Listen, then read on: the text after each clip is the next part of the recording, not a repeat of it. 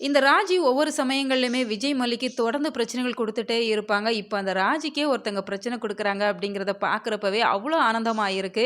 இந்த விஷயம் உங்களுக்கு எந்த அளவுக்கு பிடிச்சிருக்குது அப்படின்னு சொல்லி இந்த வீடியோக்கு லைக் பண்ணி மறக்காம உங்களோட கருத்துக்கள கமெண்ட் பாக்ஸ்ல தெரியப்படுத்துங்க.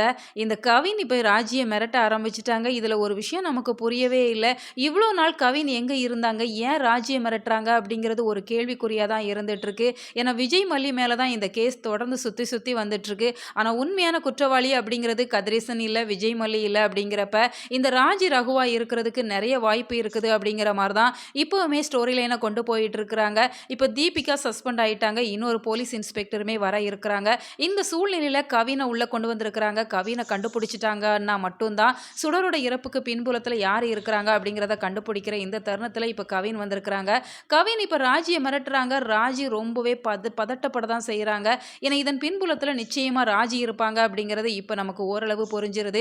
ஏன்னா ராஜி தான் அந்த கத்தியெல்லாம் மாத்தி வச்சு பல வேலைகள் பண்ணிட்டு இருந்தாங்க அப்படிங்கிறப்ப, இந்த ராஜி தான் சுடரோட இறப்புக்கு காரணமா இருப்பாங்க அப்படின்னு சொன்னாலுமே, சுடர் இறந்திருக்கிறதுக்கு வாய்ப்பே இல்ல. ஏன்னா கவின் பக்கத்துல ஒரு உருவத்த காமிக்கிறாங்க.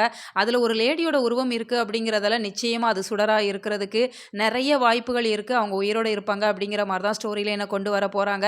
ஏன்னா ராஜியுமே அவங்கள ஏதாச்சும் பண்ணணும் அப்படிங்கிற மாரி போயிருந்திருப்பாங்க. இந்த கவின் அவங்கள மீட்டு தனியா வச்சிருப்பாங்க அப்படிங்கிற மாரி தான் தெரியுது. இந்த சூழ்நிலையில சுடர் போல ஒரு உருவத்த அங்க எரிச்சிட்டு போனதுமே கவினா இருக்கலாம் அப்படின்னு சொல்லி தான் ஸ்டோரி லைன கொண்டு வருவாங்க அப்படிங்கிற நெறைய எதிர்பார்ப்புகளை ஏற்படுத்தி இருக்கிறாங்க. இப்ப ராஜியுமே இப்ப கவினுக்கு பயந்து நெறைய பணங்கள் குடுப்பாங்களா? இல்ல பின்வாங்குவாங்களான்னு பார்த்தா நிச்சயமா பணத்த குடுத்து இந்த பிரச்சனைய முடிக்க தான் பார்ப்பாங்க. ஸோ வெயிட் பண்ணி பார்க்கலாம். உங்களோட கருத்துக்கள கமெண்ட்ல தெரியப்படுத்துங்க. மேலும் இது போன்ற வீடியோக்களுக்கு நம்ம சேனல சப்ஸ்கிரைப் பண்ணுங்க.